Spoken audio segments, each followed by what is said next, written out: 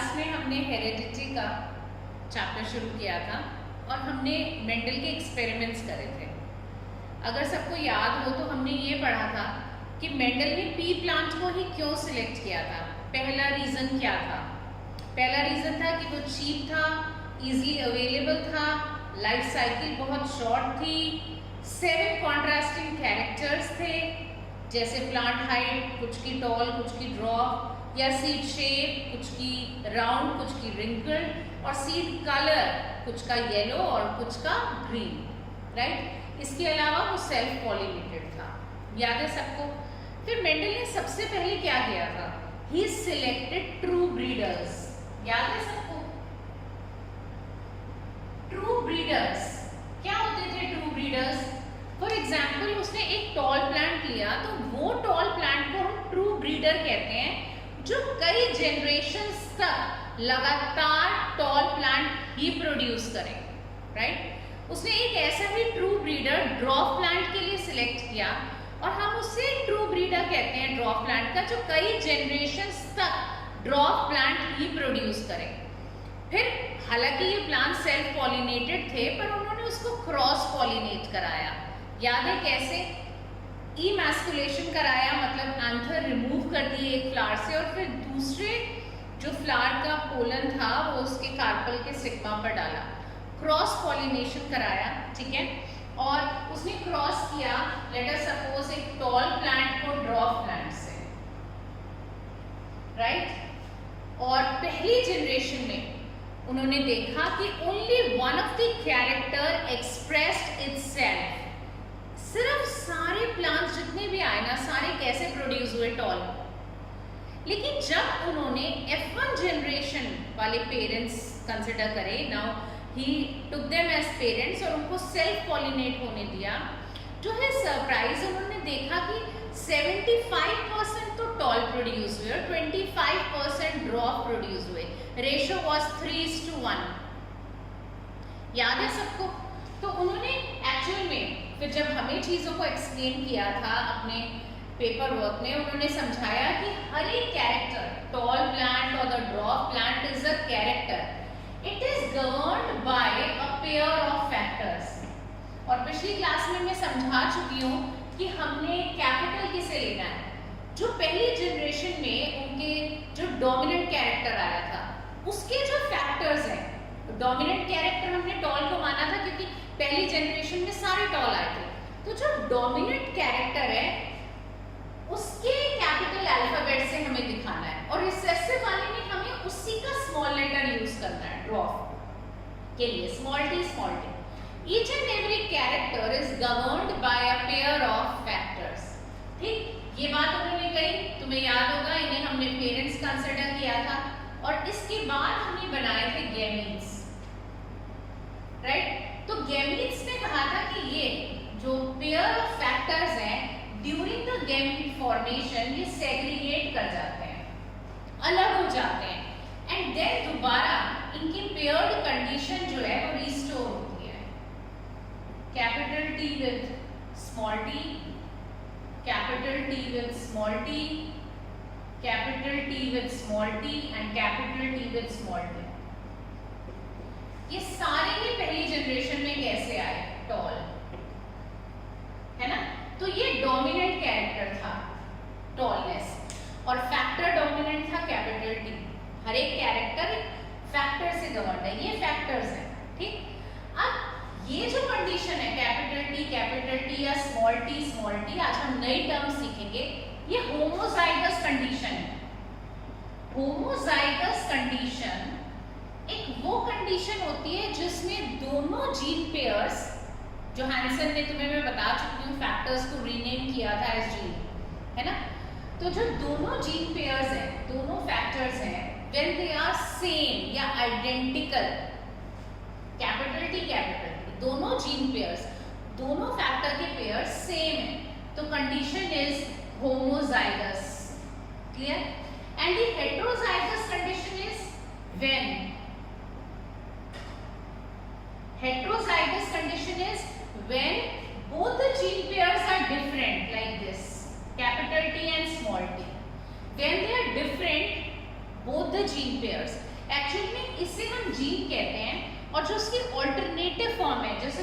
T, उसे हम कहते हैं allele. What is allele? A new term. An alternative form of a gene is known as allele.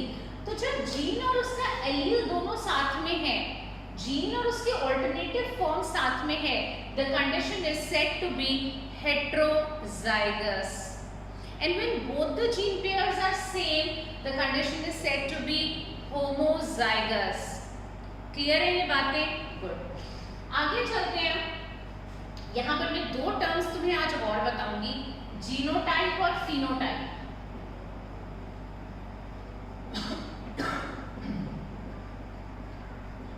Genotype and phenotype.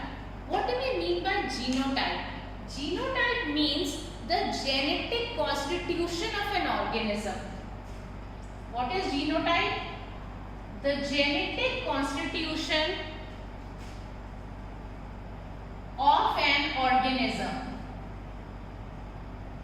is known as genotype. And what is phenotype? Phenotype is the observable characteristic.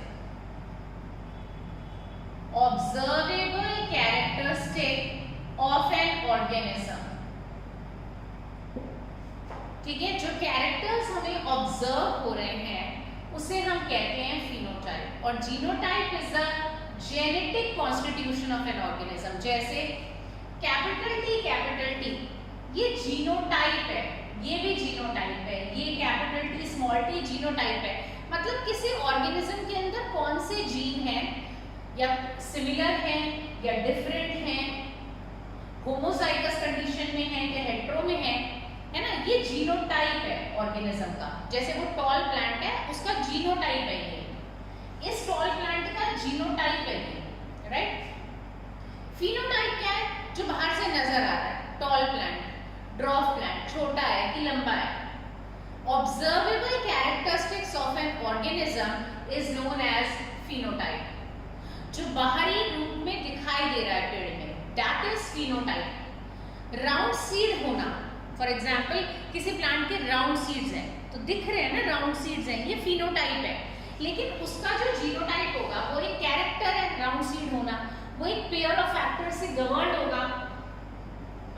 तो हो सकता है उसका genotype ये हो और हो सकता है उसका जीनोटाइप ये हो, है ना।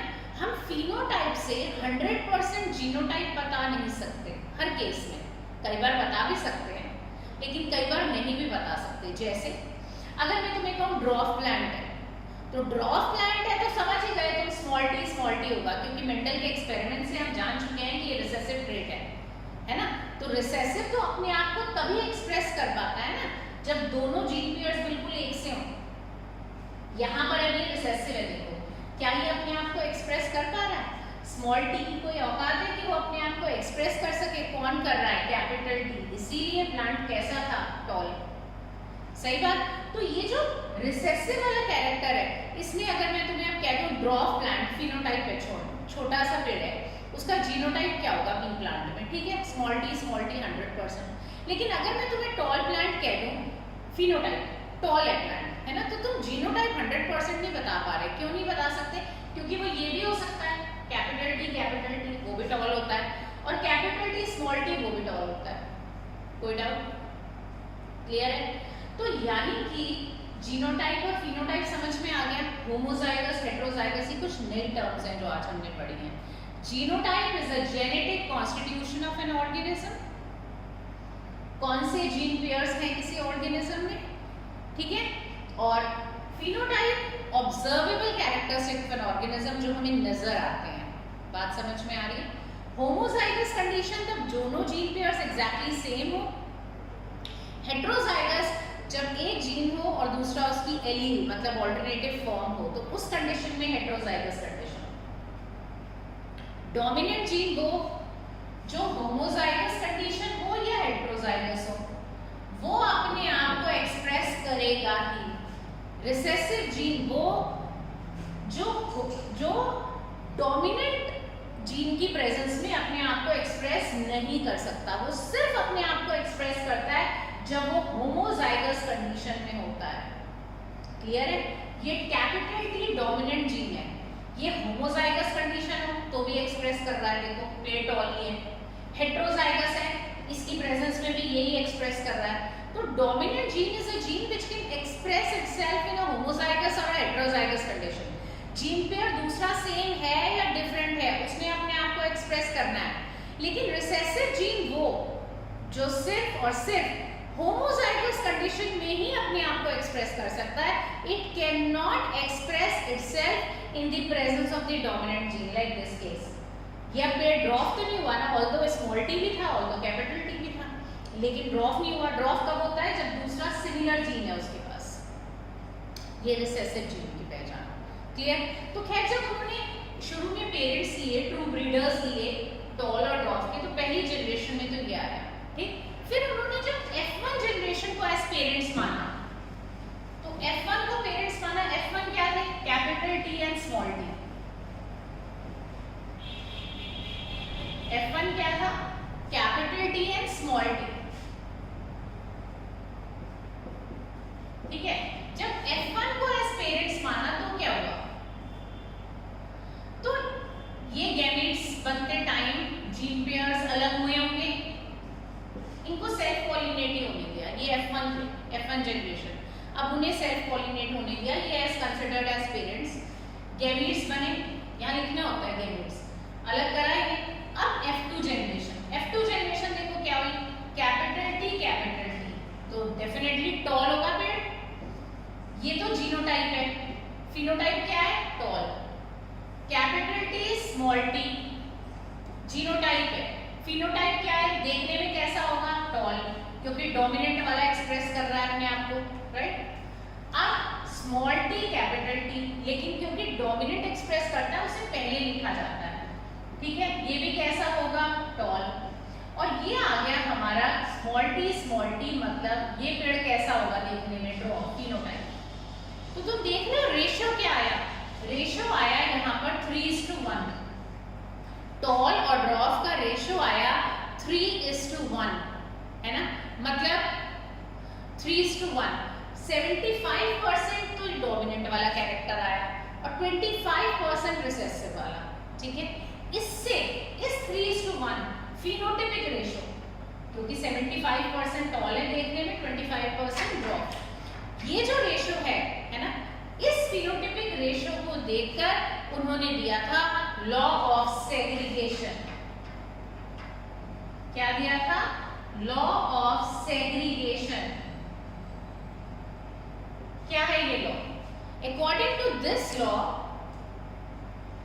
ये जो जीन पेयर्स हैं during the time of gamete formation they segregate. अगर ये सेग्रीगेट ना होते तो क्या ये ड्रॉप आने की पॉसिबिलिटी कभी होती? नहीं। ये उनका लॉ ऑफ सेग्रीगेशन इसी वजह से आया कि गैमीट्स सेपरेट हो, गैमीट्स बनते टाइम जो जीन पेयर्स हैं वो सेग्रीगेट करते हैं और फिर दोबारा रैंडमली जुड़ते हैं to restore the paired condition. This was law of segregation which was given on the basis of 3:1 phenotypic ratio of the F2 generation of the monohybrid cross, ठीक है। मोनोहाइब्रिड क्रॉस के F2 जनरेशन में जो phenotypic ratio थी उस 3:1 उसे देख के उन्होंने ये लॉ ऑफ सेग्रीगेशन दिया। और जो F1 जनरेशन में सारे टॉल आए थे उससे उन्होंने लॉ ऑफ डोमिनेंस दिया। वो मैं ऑलरेडी बता चुकी हूँ। लॉ ऑफ डोमिनेंस क्या होता है कि जो कैरेक्टर अपने आप को एक्सप्रेस कर रहा है F1 में डोमिनेंट है, जो नहीं कर पा रहा है वो रिसेसिव है। जीन या फैक्टर के रिस्पेक्ट में भी कह सकते हैं कि वो फैक्टर जो दूसरे ऑल्टरनेटिव की प्रेजेंस में अपने आप को एक्सप्रेस कर रहा है वो फैक्टर डोमिनेंट है। जो सिर्फ होमोजाइगस कंडीशन में फैक्टर अपने आप को एक्सप्रेस करता है वो रिसेसिव है। क्लियर है सबको? अच्छा, ये हो गया। अब एक केस तुम करके मुझे दिखाओगे, ठीक है। एक बार तुम प्रैक्टिस करो, अब देखो कि क्या ये बातें समझ में तुम्हें आती हैं कि नहीं, ठीक है। कैसे क्रॉसेस बनाओगे? लेट अस सपोज मैं तुम्हें कहती हूँ कि एक प्लांट है जो हमेशा राउंड सीड्स प्रोड्यूस करता है।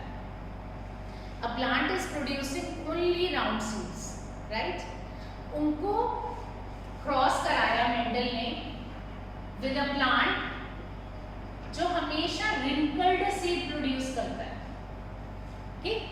True breeders chartered a plant which always produce round seeds and crossed it with a plant which always produce wrinkled seeds, right? अब क्या होगा, ठीक है, उन्होंने F1 जनरेशन में देखा सारे राउंड आए थे, फिर राउंड की सेल्फिंग कराई, F1 जनरेशन और F2 जनरेशन के तुम्हें क्रॉसेस बना के शो करने हैं और फिनोटिपिक और जीनोटिपिक रेशियो लिखनी है F2 जनरेशन में। फिनोटिपिक में बता चुकी हूँ, genotypic you will try yourself, okay, just do it, करें इसको अभी।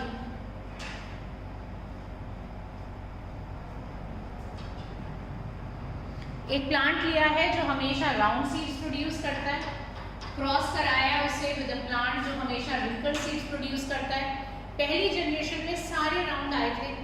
इस बात से हमें ये पता चल गया है कि डोमिनेंट कौन है डोमिनेंट, राउंड। क्या इसके लिए ये बनाया और रिंकल्ड के लिए स्मॉल आर। यहां पर पेरेंट्स लिखना जरूरी, गैमीट्स में क्या करना है, कैपिटल आर, अलग अलग गैमीट फॉर्मेशन में जो जीन पेयर होते हैं वो अलग हो जाते हैं, क्लियर। फिर दोबारा पेयर्ड कंडीशन रिस्टोर होती है। F1 जनरेशन में क्या दिखाओगे, कैपिटल आर, ये round,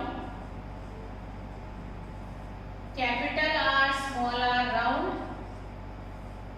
capital R small R round, capital R small R round. Law of dominance सही आया फिर से और सारे राउंड आए, ठीक है। अब उन्होंने क्या करा, इसको एज पेरेंट माना। अब हमें F2 तक का क्रॉस बनाना है और जीनोटिपिक और फिनोटिपिक रेशियो बताना है, ठीक है। कैसे करेंगे, F1 में क्या आए थे हमारे पास, कैपिटल आर स्मॉल आर और कैपिटल आर स्मॉल आर। यहां पर लिखना है F1 एज पेरेंट्स, लिखा सबने। अब उसके बाद gametes, capital R small R, capital R small R, clear.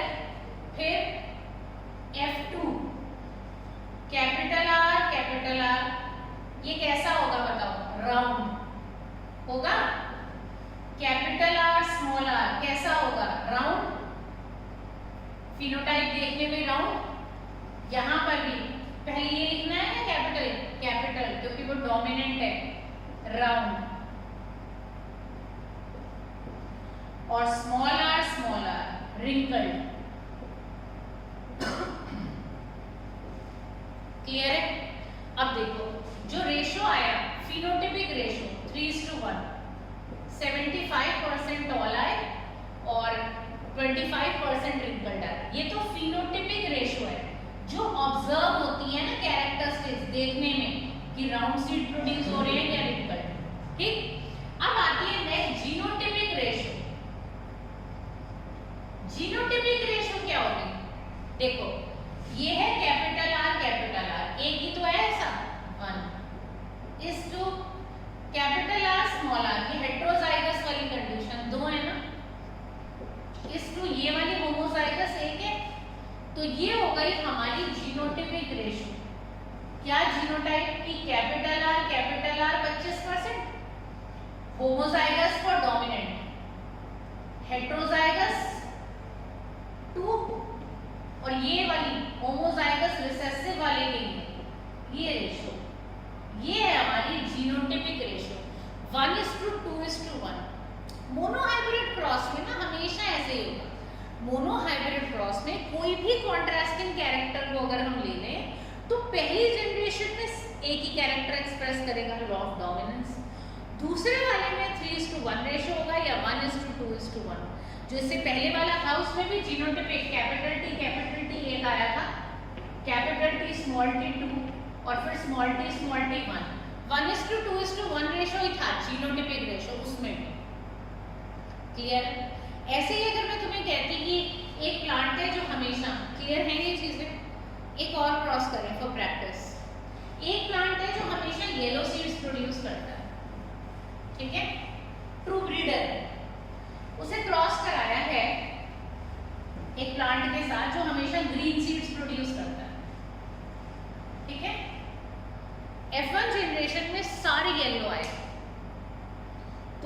F1 generation का पूरा फॉर्मेशन बताना है क्रॉस बना के, और F1 को एज पेरेंट्स माने तो F2 बताना है और रेशो बताना है, फिनोटिपिक और जीनोटिपिक। क्लियर? जब हमें ये कह दिया कि एक प्लांट है जो हमेशा येलो सीड प्रोड्यूस कर रहा है, एक हमेशा ग्रीन, क्रॉस कराने पर पहली जनरेशन में सारी येलो आए, इसका मतलब येलो डोमिनेंट है, तो हमें कैपिटल वाई से येलो दिखाना होगा और ग्रीन वाले को हमें दिखाना होगा स्मॉल वाई से। जी मत यूज कर देना, उसी का स्मॉल लेटर। क्लियर है ये बात? अब ये तो हो गए पेरेंट्स, गैमेट्स बनते टाइम सबको पता है क्या होगा, और F1 जनरेशन में सबको पता है कैपिटल वाई स्मॉल वाई आएगा। फिर जब इसे एज पेरेंट मानोगे फिर वो 3:1 रेशियो फिनोटाइपिक। ठीक है, ऐसे वो किसी भी प्लांट के लिए दे सकते हैं। फॉर एग्जाम्पल तुम्हें कोई जरूरी नहीं पी प्लांट की बात कर रहा है तुमसे ऐसे कहेंगे एक पर्पल स्टेम प्लांट है, उसे क्रॉस कराया है ग्रीन स्टेम्ड प्लांट के साथ, और सारी पहली जनरेशन में ग्रीन स्टेम्ड प्लांट्स आए। पर्पल वाले को क्रॉस कराया, एक प्लांट जिसमें पर्पल स्टेम है उसे क्रॉस कराया है ग्रीन स्टेम वाले प्लांट के साथ, और पहली जनरेशन में सारे ग्रीन आए। अब तुम ये क्रॉस के थ्रू समझाओ और F1 को जब एज पेरेंट माने तो F2 रेशो बताओ। ठीक, अब यहाँ देखें, जब इन्होंने कह दिया ग्रीन आए हैं सारे पहली जनरेशन में, तो ये डोमिनेंट हुआ, इसको P नहीं दिखाना, इसको स्मॉल जी दिखाना है। क्या मेरी बात समझ में आई है? फिर गैमेट्स बनेंगे, ये तो पेरेंट्स हो गए। फिर F1 जनरेशन आएगी, ये गैमेट्स, ये पेरेंट्स, कैपिटल जी स्मॉल जी, क्योंकि जब ये डोमिनेंट कह दिया तो ये तो पहले ही आना है, सारे ग्रीन आएंगे नहीं आएंगे, सब में आएगा कैपिटल जी स्मॉल जी, कैपिटल जी स्मॉल जी, कैपिटल जी स्मॉल जी। फिर करोगे आगे तो वही रेशो फिनोटाइपिक और जीनोटाइपिक। क्लियर है? तो ये मेंडल के जो क्रॉसेस अभी तक हमने पढ़े, ये मोनोहाइब्रिड क्रॉस था, when we were taking only one pair of gene into account. एक पेयर ऑफ जीन को हम ले रहे थे, चाहे वो प्लांट हाइट का था, चाहे वो सीड शेप था, सीड कलर था, या यहाँ पे स्टेम का था। Only one of the contrasting character was taken into account. यहाँ पर हमने सीखा कि जब पहली जनरेशन से जो मेंडल ने अपने एक्सपेरिमेंट्स करे थे मोनोहाइब्रिड क्रॉस में, उससे उन्होंने देखा कि पहली जनरेशन में कोई एक ही कैरेक्टर अपने आप को एक्सप्रेस कर रहा था, उन्होंने उसको दिया, उसके बिहाफ पर दिया लॉ ऑफ डोमिनेंस, राइट। और जब F2 जनरेशन आई 3:1 रेशो है ना, उससे उन्होंने दिया लॉ ऑफ सेग्रीगेशन, क्योंकि तभी पॉसिबल था कि जब हर कैरेक्टर जो एक पेयर ऑफ फैक्टर से गवर्नड है, जो मेंडल ने कहा, जब गैमीट बनते टाइम वो अलग होते हैं और दोबारा अपनी पेयर्ड कंडीशन रिस्टोर करते हैं, तभी पॉसिबिलिटी थी वो स्मॉल टी आने की, और तभी पॉसिबल था कि वो 25% F2 जनरेशन में आए। अगर गैमीट्स अलग ही ना हुए होते, गैमीट बनते टाइम फैक्टर्स अलग ना हुए होते, तो वो पॉसिबिलिटी कभी थी नहीं। तो लॉ ऑफ सेग्रीगेशन उन्होंने एक्सप्लेन किया अपने 3:1 रेशो से। क्लियर है? होमोजाइगस हेटेरोजाइगस कंडीशन क्लियर है। जीनोटाइप एंड फिनोटाइप एलील, ये टर्म्स बहुत इंपॉर्टेंट है। अब तक काफ़ी सारे टर्म्स हम पढ़ चुके हैं, है ना। हेरिडिटी लिख सकते हो कॉपी में, चलो जल्दी से सारी टर्म्स लिखें, देखिए कितना रिकॉल कर पा रहे हो, कितना। Heredity, the transmission of the characters from one generation to another is heredity. Variations, differences in the individuals, जो offsprings होते हैं parents और उनमें जो differences हैं वो variations, right? Genetics, लिखो, याद आया कुछ? A branch of biology which deals with the study of heredity and variations. Mendel ने पी प्लांट क्यों सिलेक्ट किया? पी प्लांट का बॉटनिकल नेम पाइसम सटाइवम। क्यों सिलेक्ट किया? 5 रीजंस, होप सबको याद हो गए होंगे। Cheap, easily available, self pollinated, life cycle short, and क्या था? 7 contrasting characters, right? Okay. Monohybrid cross, law of dominance, law of segregation, right? इसे खूब अच्छे से प्रैक्टिस करें, तब मैं अगली क्लास में अब तुम्हें डाईहाइब्रिड प्रोसेस पढ़ाऊंगी, और उसके लिए पहले ये सब क्लैरिटी होनी चाहिए, लॉ ऑफ डोमिनेंस और लॉ ऑफ सेग्रीगेशन। नोट्स में से ऐसे ही लैंग्वेज याद करना, इसमें कुछ अपने वर्ड्स मत इन्वॉल्व करना, right? Homozygous condition है, okay. When both the gene pairs are same or identical. Heterozygous, when both the factors of the gene pairs are different. One is gene and the other is allele. What is allele? The alternative form of a gene. Genotype, the genetic constitution of an organism, like capital T, right? Phenotype, the observable characteristics of an organism, like capital T type is a genotype. इसका phenotype है tall. Small t is the genotype. इसका phenotype है dwarf.